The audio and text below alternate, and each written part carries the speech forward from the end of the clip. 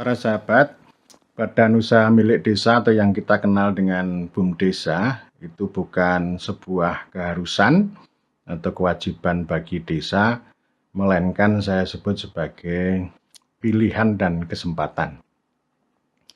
Kesempatan ini artinya ya memanfaatkan peluang, memanfaatkan apa yang dimiliki oleh desa dan terutama ini untuk membuka dan memotong isolasi. Baik isolasi oleh hukum maupun isolasi secara ekonomi politik. Secara ekonomi politik, ya sejak 400 tahun yang lalu, orang-orang desa, banyak produsen pertama, entah itu petani, nelayan, peternak, perajin itu hanya dikurung untuk melakukan produksi. Dan produksi itu sebenarnya cukup banyak, tapi tidak memperoleh proteksi yang memadai. Sehingga kalau soal distribusi dan pasar itu ya dikuasai oleh pihak lain. Entah itu cukong, tengkulak, ya termasuk rentenir. Sehingga mereka itu hanya bisa menghasilkan tetapi sulit untuk menjual atau mengakses pada pasar. Dan tentu banyak juga ini para tengkulak itu yang udahlah kalian itu berproduksi aja, kalian nggak usah repot-repot untuk menjual distribusi, nanti biar kami yang melakukan itu ya. Dan tentu ini hasil bumi atau karya-karya orang desa ini kan dihargai dengan nilai yang sangat rendah, sehingga nilai tukar petani, nelayan atau produsen pertama ini kan sangat lemah. Itu namanya diisolasi ya. Jadi ya pasar ya, termasuk saya kira juga negara ini mengisolasi terhadap kepentingan ekonomi desa. Tetapi sebaliknya kalau itu untuk kepentingan ekonomi, pembentukan modal yang ada di kota, mereka itu melakukan kapitalisasi dan eksploitasi terhadap tanah, hasil bumi, dan tenaga kerja murah di desa. Jadi ini hubungan yang sangat timpang. Demikian juga dengan hukum atau rezim bisnis, itu mengisolasi. Desa itu dilarang, nggak boleh mendirikan usaha. Dan secara ekonomi juga demikian. Para pakar ekonomi sering mengatakan bahwa ya bisnis itu harus efisien. Desa itu nggak efisien, masuk mau bisnis harus pakai musyawarah desa. Demikian juga dengan skala ekonomi, desa itu yang kecil. Jadi argumen-argumen itu, bahkan juga tindakan yang konkret itu namanya mengurung atau mengisolasi desa. Sehingga desa ini mengalami subsistensi atau involusi, tidak berkembang. Meskipun sudah ada UMKM koperasi, tapi juga tidak nendang. Tidak punya kekuatan yang besar yang bisa mendobrak isolasi ekonomi, politik, dan hukum terhadap kepentingan desa. Nah, ini artinya kesempatan sebenarnya. Nah, pilihan itu ya artinya sunnah, tidak wajib. Orang-orang Sleman itu ada yang bertanya kepada saya, untuk apa mendirikan BUMDesa? Kalau orang desa itu sudah bekerja dan sudah berusaha kan tidak perlu BUMDesa. Saya katakan Anda benar, itu benar ya, karena memang BUMDesa itu bukan kewajiban.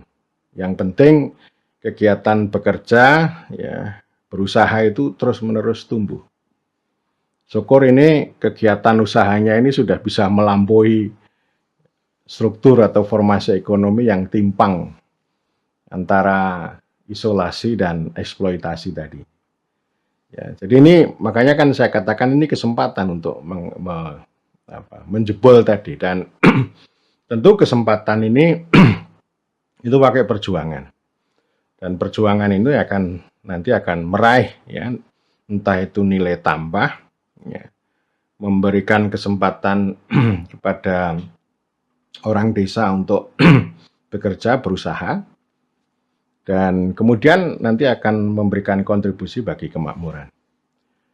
Dan tentu memotong isolasi ini butuh konsolidasi. Ya, ini kan penting nih, konsolidasi ini. Dan kosakata ini sudah banyak dipakai oleh para pegiat. Artinya ini bukan sekedar bisnis biasa ya. Mengkonsolidasi 4A. Aktor, ya, pelaku. Artinya kita ini tidak hanya kantor BUMDesa itu, melainkan juga ada petani atau nelayan atau peternak atau perajin ya. Jadi ya orang-orang desa itulah yang bekerja, yang berusaha, tetapi mereka itu mengalami kesulitan baik pada sisi produksi, apalagi pada sisi distribusi. Kemudian yang kedua, aset. Ya, aset ini sudah saya bicarakan ya di video saya tentang daya ungkit ekonomi desa. Ada asetnya desa, ada asetnya warga, ada sumber daya milik bersama. Ya. Saya kira Ponggok ya, atau Ngelanggeran itu kan memanfaatkan sumber daya milik bersama sehingga bisa dikapitalisasi menjadi desa wisata, menjadi sumber pendapatan baik bagi desa maupun bagi masyarakat setempat. Itu aset. Kemudian yang ketiga, akses ini. Nah, akses ini penting ini. Akses itu ya misalnya ya membuka pasar, mendatangkan orang, membuka terutama pasar, modal, orang dan seterusnya itu ya. Itu namanya aset. Termasuk akses ya, mohon maaf, akses. Termasuk akses memanfaatkan sumber daya milik bersama tadi. Lalu yang ketiga arena ya. Arena itu ya arena ekonomi, mulai dari proses produksi, bagaimana mengemas hasil produksi itu menjadi lebih menarik, lebih memikat atau lebih istimewa, lebih khas gitu. Dan yang jauh lebih penting nanti adalah distribusi. Ya. Jadi antara produksi dan distribusi ini menjadi satu mata rantai gitu ya. Dan di tengah-tengah itu ada kreasi. Ya, desa wisata itu termasuk kreasi, tapi yang selalu saya katakan bahwa produksi ini yang paling awal, paling pertama. Dan ketika ada proteksi misalnya, maka produksi itu bisa menjadi lebih giat dan produksi itu nanti bisa masuk ke pasar untuk distribusi yang lebih luas gitu. Jadi ini BUMDesa itu sebuah kesempatan untuk itu. Itu spirit awalnya begitu. Jadi ini tidak tiba-tiba hanya sebuah bisnis yang konvensional begitu ya. Tapi ini harus dilandasi oleh spirit ekonomi politik semacam itu. Para sahabat, meskipun ini bukan kewajiban, tapi toh ternyata BUMDesa ini luar biasa. Tumbuhnya banyak sekali. Setiap hari muncul BUMDesa. Ya, meskipun setiap hari juga banyak yang mangkrak. Kalau tidak salah pada tahun ini sudah ada 51.000 ya. Artinya sudah melampaui 50% dari total desa di Indonesia. Dan ini penting untuk dicermati. Ada BUMDesa yang sukses itu yang sering muncul di media lah, sering dikunjungi banyak pihak, entah menjadi referensi atau best practices gitu ya, atau teladan, juga sering dikunjungi menteri, ya seperti Ponggok, Bleberan, Gunung Kidul, atau Panggung-Harjo, itu yang sering dijadikan sebagai pusat teladan bagi BUMDesa. Nah, 3 desa ini, ya tanpa mengabaikan desa-desa yang lain yang sukses, saya tidak mengatakan itu, tetapi saya melihat 3 desa yang sukses ini memang sudah lama. Sebelum ada undang-undang desa, mereka sudah berjuang dan baru belakangan itu banyak orang datang bahkan juga menunggangi atau numpang sukses gitu ya. Padahal mereka udah sukses duluan gitu. Lalu orang mengklaim kami punya kontribusi terhadap bla bla bla bla gitu ya. Yang ini saya anggap sebagai penumpang gelap saja. Itu ada yang sukses, tetapi ada yang gagal, yang mangkrak. Ya. Presiden Joko Widodo pada bulan Desember tahun 2019 itu mengatakan ada kira-kira ada berapa ya? Ada 2.188 BUMDesa yang mangkrak, tidak operasional lagi gitu ya.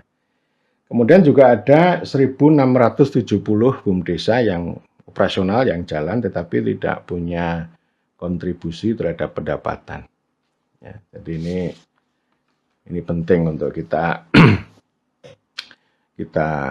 cermati supaya booming itu tidak latah. Saya selalu mengingatkan bahwa bisnis itu jangan latah. Ada yang sukses di desa wisata lalu lainnya itu latah mengikuti. Akhirnya membengkak itu. Pertanyaannya adalah mengapa banyak BUMDesa yang mangkrak? Nah, ini penting untuk kita analisis. Ya. Banyak orang yang mengatakan bahwa BUMDesa yang mangkrak itu karena satu karena tidak ada kepastian hukum, aspek legalitasnya lemah, gitu ya. Yang ini saya kira masih bisa diperdebatkan karena ya desa-desa atau BUMDesa yang sukses itu kan nggak terlalu penting gitu soal itu, dan mereka sudah ada duluan. Gitu. Sebelum orang bicara tentang aspek legalitas, mereka sudah sukses. Meskipun suksesnya ya pakai perjuangan, pakai sukarelawan, ya, pakai gotong royong, pakai swadaya dan seterusnya. Lalu aspek yang kedua atau variabel kedua, ini yang paling dominan adalah kapasitas manajerial ekonomi. Mengelola investasinya, modalnya, manusianya, uangnya, rencana bisnisnya, dan sebagainya. Pokoknya pendekatan bisnis itu menjadi variabel utama. Jadi artinya kalau aspek hukum dan aspek ekonomi ini ditonjolkan, maka saya sebut sebagai rezim bisnis. Artinya ini rezim bisnis melihat desa, melihat BUMDesa. Kalau desa itu berhasil, berarti menurut cara pandang itu karena kerangka bisnisnya itu kuat. Sebaliknya kalau BUMDesa mangkrak, berarti rezim bisnisnya lemah. Itu. Aspek kepastian hukumnya lemah, kemudian kapasitas manajerialnya juga lemah. Ya, saya ingin mengatakan bahwa cara pandang rezim bisnis atau pendekatan bisnis, pendekatan manajerial itu benar, tapi tidak sepenuhnya benar. Kalau itu digunakan untuk menganalisis yang sukses dan yang gagal, kita perlu juga melihat dinamika yang terjadi. Apakah desa-desa yang sukses itu memang punya kelebihan manajerial dibanding dengan desa-desa tetangganya misalnya? Kan sama sebenarnya, tidak terlalu istimewa banget. Kita juga bisa bandingkan pengalaman KUD, Koperasi Unit Desa. Ya. Itu 30 tahun itu, hampir 30 tahun. Tapi rontok juga. Nah, lebih dari 20 tahun, waktu 20 tahun itu lebih dari cukup untuk menampa kapasitas mereka. Terutama kapasitas manajerialnya. Tapi rontok juga. Gitu. Mengapa rontok? Ya karena KUD itu identik dengan Orde Baru. Dan KUD itu bisa hidup, bisa bertahan sampai hampir 3 dekade gitu. Pada akhirnya ya rontok juga. Karena dipangku oleh pemerintah. Ini sebagai taruhan pemerintah, dipangku, difasilitasi, ya banyak lah. Dan pada sisi yang lain dia juga ditumpangi untuk kepentingan yang lain. Dengan politik pada masa itu ya, pada masa Orde Baru itu. Sehingga ketika Orde Baru runtuh itu juga digerogoti satu persatu. Ya. Jadi saya ingin mengatakan sekali lagi bahwa pendekatan bisnis, pendekatan manajerial itu benar, tapi tidak sepenuhnya benar. Kenapa begitu? Ya, karena BUMDesa ini bukan bisnis konvensional, bukan bisnis biasa. Ya. Kalau mau pakai teori ekonomi yang konvensional itu sebenarnya sudah gagal di awal. Karena nggak efisien, jelas nggak efisien. Skalanya juga kecil. Ya, jadi nggak masuk akal sebenarnya kalau dipandang secara ekonomi gitu. Tapi kok ternyata mengapa ada yang sukses gitu. Ya. Nah, saya ingin mengatakan bahwa BUMDesa ini makhluk aneh. Jadi jangan dipandang semata-mata dari kemampuan atau kapasitas manajerial. Tapi harus dibalik. BUMDesa ini hadir untuk mengatakan bahwa melihat ekonomi dari sisi desa. Jadi lihatlah ekonomi dari sisi desa. Lihatlah hukum dari sisi desa. Lihatlah bisnis itu dari sisi desa. Itu nanti akan ketemu. Kalau misalnya Anda menggunakan pendekatan manajerial, itu sering tidak kompatibel, sering tidak cocok untuk kepentingan desa itu. Nah, saya mengatakan bahwa ini kesuksesan dan kematian BUMDesa, yang sukses dan yang mangkrak ini, yang paling awal pertama tergantung pada ini ya, alas landasan sosial. Ini nggak main-main ini ya. Kalau kita belajar pada Grameen Bank yang di Bangladesh, Profesor Muhammad Yunus yang dapat Nobel Perdamaian tahun 2006, yang kemudian diikuti oleh sejumlah kredit union di Indonesia, entah itu di Sumatera Utara, di Kalimantan Barat yang sangat terkenal Pancur Kasih, Nurani Perempuan Kalimantan Timur, dan lain-lain, itu mereka ditopang oleh hal sosial. Ya. Ada swadaya, ada solidaritas, dan ada edukasi. Jadi bukan bisnis biasa. Atau orang lain mengatakan, oh ini bisnis sosial. Gitu ya. Bisnis sosial yang sebenarnya kan yang paling penting itu kan memberikan benefit, memberikan manfaat bagi rakyat banyak atau orang banyak. Jadi tidak semata-mata itu keuntungan bagi organisasi bisnis itu, tapi memberikan keuntungan secara bersama-sama. Ya. Nah, kalau karena punya alas sosial itu lalu punya ini ya, memperoleh dukungan, mempunyai legitimasi, punya dukungan dari banyak pihak. Dan penting bagi BUMDesa ini kan ya musyawarah desa, kemudian gotong royong dan sebagainya itu landasan. Jadi desa-desa yang sukses tadi itu dimulai dari perjuangan dan relawan tadi. Misalnya Bleberan, mengembangkan desa wisata. Ya. Desa wisata. Itu dulu dimulai dari gotong royong 40-an orang. Dan itu sukarela, nggak ada gajinya. Ya, nggak ada gajinya. Tapi dalam perjalanannya rontok menjadi tinggal 9. Mereka butuh waktu 4 tahun dan akhirnya mereka bisa panen. Apakah itu semata-mata karena manajerial? Enggak. Ya, kalau manajerial itu kan ya berarti kan harus ada bayarannya yang profesional dong. Nah, ini kekuatan spirit gotong royongnya itu yang luar biasa. Jadi gotong royong di dalam rangka karena kepentingan bersama dan tujuan bersama, bukan gotong royong dalam rangka memobilisasi tenaga kerja secara gratis untuk mengerjakan fasilitas publik. Nah, itu alas sosial ya, meskipun saya juga tidak sepenuhnya setuju bahwa semuanya harus diletakkan pada alas sosial. Artinya desa maupun BUMDesa ini kalau punya swadaya, punya solidaritas, dan punya edukasi yang baik, itu bukan berarti lalu negara tidak hadir. Ya. Tapi hadirnya harus tepat, kan selama ini ya negara itu kalau tidak hadir ya salah, gitu. Tapi kalau hadir keliru, gitu ya. Kelirunya di mana? Ya itu tadi, target memaksa, memobilisasi, mengerahkan sehingga BUMDesa bisa booming itu kan karena itu tadi, desakan dari atas. Lalu BUMDesa itu bukan sebagai kesempatan tapi sebagai kewajiban menjalankan perintah. Yang kemudian saya mengidentifikasi ada 4 BUMDesa ya. Ada yang sudah ada di video sebelumnya. Ada yang Merpati, BUMDesa itu tumbuh karena merapat ke bupati, karena bantuan, ada yang pedati, perintah dari bupati. Ya dia muncul karena perintah, kalau nggak diperintah ya mangkrak lah, nggak operasional. Gitu. Lalu ada yang melatih gitu ya, kalau sudah sukses menjadi ladang upeti, kemudian yang kita harapkan yang sejati, sehat dan jauh dari bupati. Gitu ya. Jadi BUMDesa yang sejati itu ya dilandasi oleh alas sosial. Alas sosial itu akan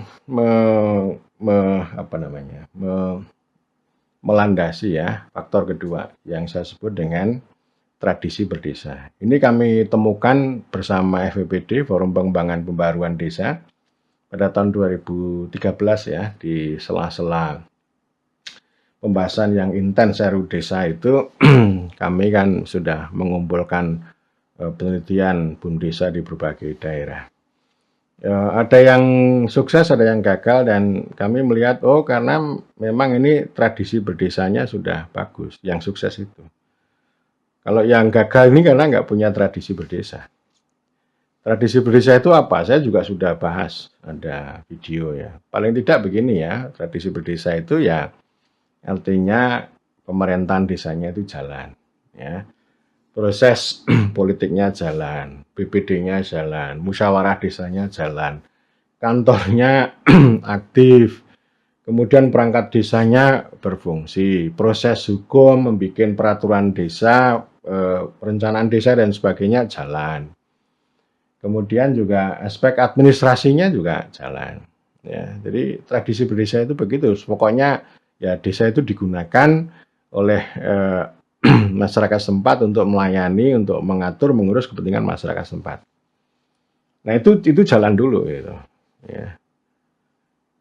Ya termasuk musyawarah desanya itu ya. Ada kepemimpinan jalan, musyawarah desanya jalan begitu. Nah itu namanya tradisi berdesa. Yang sukses itu karena punya landasan tradisi berdesa. Sebaliknya BUMDesa yang nggak punya tradisi berdesa ya mangkrak. Tidak akan tumbuh yang sejati, paling hanya tadi merpati atau pedati tadi. Dan saya kira kalau kita belajar pada pengalaman Ponggok dan Bang Muharjo, ini tradisi berdesanya juga kuat. Artinya gini ya, kerakyatan yang dipimpin oleh hikmat kebijaksanaan itu muncul ya. Jadi ada spirit kreasi, ya prakarsa itu muncul gitu. Kemudian juga spirit ya semangat daulat atau kemandirian itu yang menjadi apa istilahnya bonek lah, bondo nekatnya itu di situ. Jadi bukan semata-mata ya bondo yang besar gitu atau modal yang besar, tetapi bondo nekatnya itu yang itu melandasi. Jadi spirit kedaulatan, kemandirian itu hadir, dan musyawarah desa itu menjadi arena yang sangat menarik, baik itu untuk mengekspresikan bondo nekat, kemudian alas sosial juga masuk di sana, pembicaraan, membangun legitimasi, membangun gotong royong itu ada di sana. Dan itu semuanya itu kalau dilihat dari pendekatan bisnis, nggak masuk akal, tidak efisien. Tapi ternyata ada juga yang berhasil meskipun tidak efisien, begitu. Ya, kalau pendekatan manajerial itu kan Anda harus efisien dan efektif, tapi ada juga yang sukses tapi tidak efisien. Ya, melainkan efektif gitu. Jadi efektivitas itu bisa didukung karena ada legitimasi, ada gotong royong, ada bondo nekat, ada kerja yang serius dan seterusnya. Ya. Jadi menurut saya ya itulah jadi dua landasan itu, dan saya kira kapasitas manajerial itu tidak datang tiba-tiba. Ya, pasti BUMDesa yang sukses pasti punya kapasitas manajerial, tetapi dia tidak datang tiba-tiba, dan itu merupakan ekspresi dari tradisi berdesa. Jadi kalau tradisi berdesanya sudah bagus, maka ya kemampuan manajerialnya akan semakin tumbuh. Ya. Ada proses perencanaan, rencana bisnis, ada proses pengelolaan doa, dana, orang, alat secara lebih baik, ada pengawasan, ada pertanggungjawaban dan sebagainya. Nah itu ekspresi dari situ ya. Dan karena itu saya mengatakan begini, bagi desa yang tidak punya tradisi berdesa ya jangan bikin BUMDesa. Paling hanya mangkrak tadi, ya, hanya mangkrak, ya betul itu hanya mangkrak dan sia-sia gitu. Kemudian faktor yang ketiga, saya melihat ini relasi supradesa sama desa ini. Ini penting ini. Kami sudah meneliti itu sejak tahun 2010. Kami mengatakan bahwa BUMDesa yang tumbuh karena emansipasi, gitu ya. Emansipasi itu ya persamaan hak dan kesempatan peran bagi desa itu. Jadi ini dari dalam ya, kreasi dari dalam, kombinasi antara pemerintah desa sama masyarakat, lalu berprakarsa mendirikan BUMDesa, mengembangkannya dan seterusnya, itu namanya emansipasi. Jadi BUMDesa yang tumbuh karena emansipasi itu jauh lebih kuat, lebih mandiri dan lebih berkelanjutan dibanding BUMDesa itu yang karena intervensi dan mobilisasi dari atas. Ya. Itu dekatannya begitu. Yang tadi saya katakan, oh ini yang namanya intervensi dan mobilisasi ini adalah negara hadir secara keliru. Ya mereka kadang-kadang punya keyakinan gini, orang desa itu kalau nggak diintervensi nggak punya prakarsa, nggak bergerak gitu. Itu pendapat itu sudah lama, termasuk sejarawan itu ya. Dennis Lombard ya mengatakan ya desa itu perjalanannya sangat tergantung rangsangan dari atas. Kalau nggak ada rangsangan ya tidak bergerak. Tetapi ternyata ya, rangsangan dalam bentuk intervensi dan mobilisasi ini yaitu hanya membuat organisasi lokal termasuk BUMDesa ini hanya seumur jagung dan kemudian itu mangkrak. Saya kira ini pendekatan yang keliru dan kalau hari ini terjadi booming, terjadi latah itu ya karena intervensi dan mobilisasi itu.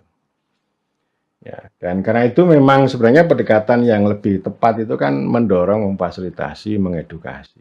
Jadi ada regulasi yang itu penting, regulasi, kepastian hukum itu penting, tapi bukan berarti regulasi ini itu malah justru menjadi jebakan bagi desa. Jebakannya bagaimana? Ya misalnya desa itu punya kesempatan untuk meraih satu hak, tetapi harus memenuhi 10 kewajiban.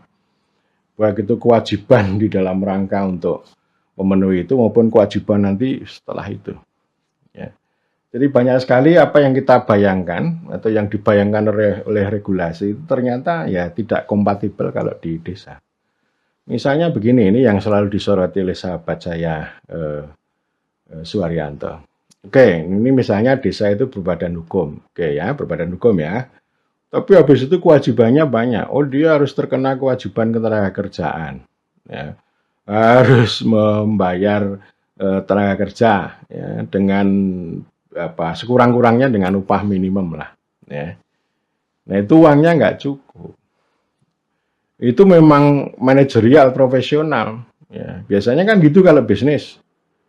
Tapi kalau itu diterapkan, ya bangkrut juga. Uangnya itu terbatas. Emangnya dikira dana desa itu besar? Enggak besar. Ya. Justru kalau kita lihat pengalaman sebelumnya yang sukses itu karena gotong royong dan voluntarisme, kesukarelaan itu.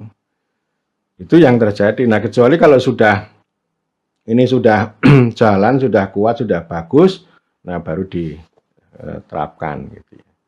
Tapi kalau kerangka hukum itu kerangka aturan itu diterapkan sedini mungkin memang betul itu bisa memperkuat, tapi juga bisa menjerat gitu ya. Dan bisa juga menjebak untuk utang gitu ya. Ini kan kalau badan hukum kan bisa utang gitu ya. Nah utang itu nanti bisa menjerat juga, gitu. Bisa menciptakan kebangkrutan atau kemangkrakan itu. Para sahabat, saya justru melihat itu 3 poin penting itu ya, ala sosial, tradisi berdesa dan pendekatan dari atas ya. Jadi artinya emansipasi itu lebih penting daripada intervensi dan mobilisasi. Ya kalau yang dari atas yang diperlukan adalah fasilitasi dan edukasi. Ya, termasuk bagaimana mendorong, memudahkan gitu. Ya harus konteks lokal. Itu namanya seni pemerintahan kan begitu. Kalau aturannya dari atas begini nggak kompatibel, kehendak dari bawah itu begitu, ya dicari solusi. Kadang-kadang solusinya ini memang susah. Kalau kita mengakomodasi kepentingan lokal ya sering melanggar atau sering melabrak aturan. Tapi sekali lagi itu yang namanya seni itu kan siasat.